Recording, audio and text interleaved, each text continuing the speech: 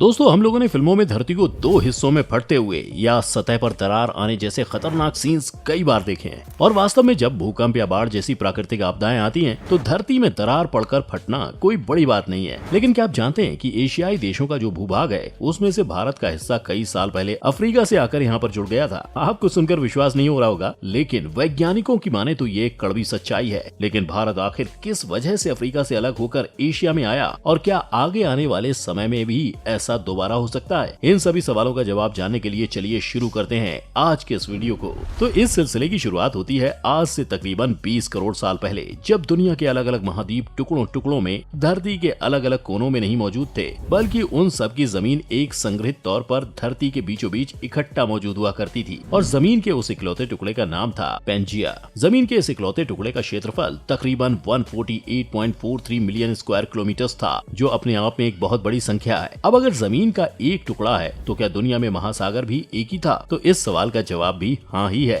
और आपकी जानकारी के लिए बता दें कि उसी मेगा ओशन का नाम था पैंथालासा, और वो इकलौता महासागर पेंजिया को चारों ओर से घेरे रहता था। पेंजिया के निर्माण के लगभग 1 करोड़ साल तक सभी स्थितियां सामान्य तौर पर चलती रहीं और कोई बड़ा बदलाव नहीं हुआ कि तभी अचानक धरती की टेक्टोनिक प्लेट्स में बहुत ही तेज प्रभाव पड़ने लगा, और इसी इम्पैक्ट के कारण कंबाइंड फॉर्म में मौजूद वो पेंजिया जमीन के दो हिस्सों में विभाजित हो गया। इन दोनों भागों ने विभाजन के बाद उत्तरी और दक्षिणी दिशा में अपना फैसला किया, जिसमें से एक का नाम पड़ा लॉरेशिया और दूसरे का गोंडवानालैंड। इन दोनों भूभागों में से जो उत्तरी भाग में भूमिखंड मौजूद था वो लॉरेशिया था, और दक्षिणी भाग में मौजूद भूमिखंड गोंडवानालैंड के नाम से जाना जाने लगा। इन दोनों जमीनी हिस्सों में से हमारे वर्तमान समय के नॉर्थ अमेरिका, यूरोप और एशिया उस समय लॉरेशिया में सम्मिलित रहा करते थे। तो वहीं दूसरी ओर बाकी बचे हुए महाद्वीप जैसे साउथ अमेरिका, अफ्रीका, ओशिनिया और एंटार्क्टिका गोंडवानालैंड का हिस्सा हुआ करते थे। समय के साथ साथ टेक्टोनिक प्लेट्स का दबाव एक बार फिर से बढ़ा, और फिर धीरे धीरे दो विशालकाय भूमिखंड 7 महाद्वीपों में परिवर्तित हो गए। इस महान थ्योरी को अपनी सालों की रिसर्च के बाद जर्मन पोलर रिसर्चर्स, जियोफिजिसिस्ट और मीटियोरोलॉजिस्ट अल्फ्रेड वेजनर ने प्रपोज किया था।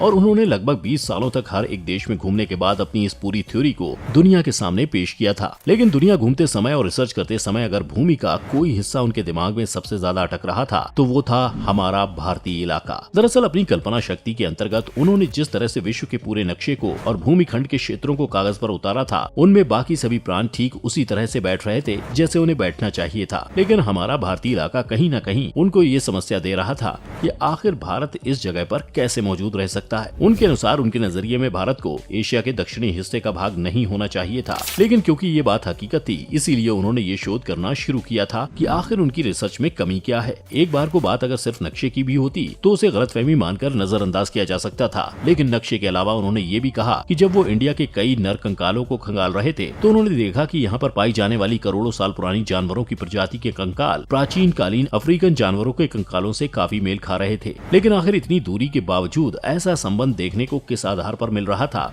ये बात उन्हें समझ नहीं आ रही थी। इसके अलावा प्राचीन कालीन अफ्रीका और प्राचीन कालीन भारतीय वनस्पति में भी कुछ इसी तरह का पैटर्न देखने को मिल रहा था, जिससे उन्हें इस बात की पुष्टि हो गई कि दाल में कुछ तो काला है। बस फिर क्या था, उन्होंने अफ्रीका और इंडिया की कई बार यात्राएं की, और यात्राएं करते करते अंत में उन्हें सालों के परिश्रम का एक मीठा सा फल जवाब के रूप में मिल गया। उनकी नई थ्योरी में उन्होंने बताया कि जब लॉरेशिया और गोंडवानालैंड एक दूसरे से विभाजित हुए थे, तो उस वक्त हमारा भारतीय इलाका या हमारे भारतीय प्रांत की जमीन लॉरेशिया के बजाय गोंडवानालैंड में स्थित थी, जबकि एशिया तो लॉरेशिया का हिस्सा हुआ करता था। और अगर ये बात थी, तो इस तरह का भेदभाव क्यों देखने को मिला? इसी सवाल पर उन्होंने ये जवाब दिया कि हमारा भारत शुरुआती दौर में गोंडवानालैंड के उस भाग में मौजूद था जहाँ वर्तमान का अफ्रीका मौजूद है, और यहीं से रहस्यों का पर्दा उठने लगा। जहां बाकी सभी महाद्वीप लगभग स्थिर थे, वहीं अफ्रीकन टेक्टोनिक प्लेट सबसे ज्यादा फ्लक्चुएशन कर रही थी, जिस कारण लगातार अफ्रीका की जमीन में दरारें पड़ने लगी। और एक वक्त ऐसा आया जब ये दरार इतनी बढ़ गई कि उसने एक बहुत बड़े हिस्से को अफ्रीका से बिल्कुल ही अलग कर दिया। और ये हिस्सा हमारा वही भारत था जिस पर आज हम लोग अपना जीवन बिता रहे हैं। अफ्रीका की सरजमी से अलग होने के बाद तकरीबन 140 मिलियन सालों तक हमारा भारतीय हिस्सा समुद्र में यूं ही टहलता रहा, और समुद्र में ऐसे ही 14 करोड़ सालों तक यात्रा करते रहने के बाद अंततः हमारा भारत एशिया के दक्षिणी हिस्से से टकराया, और तब जाकर इंडिया एशिया में सम्मिलित हो गया। हालांकि दो जमीन के बड़े बड़े टुकड़ों का ये टकराव इतना ताकतवर था कि एशिया की दक्षिणी जमीन इस टकराव के कारण काफी ऊपर उठ गई, और जमीन का जो हिस्सा उस वक्त इस टकराव के कारण उठ गया था, वो आज के समय में हमारे उत्तरी इलाके में मौजूद हिमालय के पहाड़ों के नाम से जाना जाता है। और कुछ इस तरह से उत्पत्ति हुई विश्व की सबसे ऊंची चोटी माउंट एवरेस्ट की। जरा सोचिए, अगर ये टकराव इतना भयानक न हुआ होता तो हम भारतीयों का न जाने क्या हाल होता, क्योंकि ये वही हिमालय की श्रृंखला है जो न सिर्फ भारत में अलग अलग मौसम आने के लिए जिम्मेदार है, बल्कि भारत और बाकी कई देशों की 50% पानी की जरूरत ये हिमालय की श्रृंखलाएं ही पूरी करती हैं। इस टकराव के बाद फिर धीरे धीरे समय बीतता गया और परिस्थितियां बदलती गयी, पर इतना भयावह संग्राम होने के बावजूद आज भी हमारा भारत लगातार एशिया की टेक्टोनिक प्लेट्स को 3 सेंटीमीटर प्रति वर्ष की दर पर धकेल रहा है। और यही कारण है कि आज भी हिमालय के पहाड़ों की लंबाई लगातार बढ़ रही है और इसी कारण माउंट एवरेस्ट की चोटी भी साल दर साल लंबी होती जा रही है। पर इन सारी गतिविधियों के बारे में जानने के बाद अब ये सवाल आता है कि क्या भविष्य में भी कभी किसी महाद्वीप से ऐसा ही कोई बड़ा जमीनी हिस्सा अलग होकर किसी ऐसी घटना को अंजाम दे सकता है या नहीं? तो आपको हैरान करने के लिए बता दें कि इस घटना के सिर्फ होने के आसार ही नहीं है, बल्कि वर्तमान समय में ये घटना धरती के एक हिस्से में घट रही है और धरती का एक और महाद्वीप वर्तमान समय में विभाजन का सामना कर रहा है। और आज करोड़ों साल बीत जाने के बावजूद स्थितियां नहीं बदली,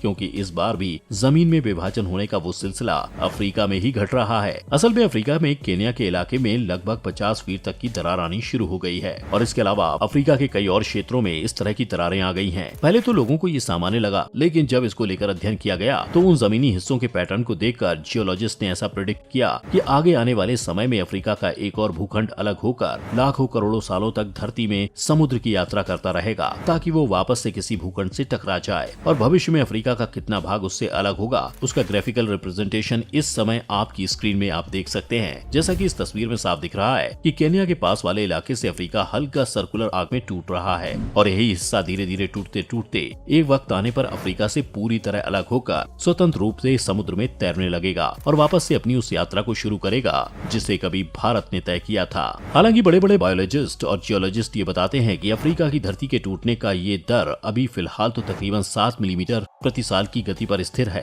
पर आगे आने वाले समय में टेक्टोनिक प्लेट्स की हलचल के कारण अचानक से ये गति किस हद तक बढ़ जाएगी या किस हद तक घट जाएगी, इस बारे में कोई कुछ नहीं कह सकता। एक अंदाजा देने के लिए वैज्ञानिकों ने बताया कि अगर हलचल बहुत ज्यादा बढ़ गई तो हो सकता है कि धरती के अलगाव की ये दर 100 सेंटीमीटर प्रति वर्ष की रफ्तार तक भी पहुंच जाए, और अगर यही फ्लक्चुएशंस बिल्कुल नामात्र हो गई तो हो सकता है कि धरती का ये अलगाव पूरी तरह से बंद भी हो जाए। हालांकि आने वाले कुछ सैकड़ों सालों तक तो इस दर में कोई खास वृद्धि होने की आशंका नहीं जताई जा रही है, पर हमारी धरती ऐसी सैकड़ों घटनाओं की गवाह है जब आशंकाओं के विपरीत हैरत अंगेज चीजें वास्तविकता में बदल गई थी। आज के इस वीडियो में हमने आपको बहुत सी जानकारियां दी और उसके आधार पर आपको क्या लगता है कि अफ्रीका से अलग हो रहा वह भूभाग कितने सालों में अफ्रीका के महाद्वीप से पूरी तरह अलग हो जाएगा, और अलग होने के बाद आखिर वो कौन से महाद्वीप से जाकर टकराएगा? इन दोनों बातों पर अपनी आशंकाएं हमें नीचे कमेंट करके जरूर बताइएगा।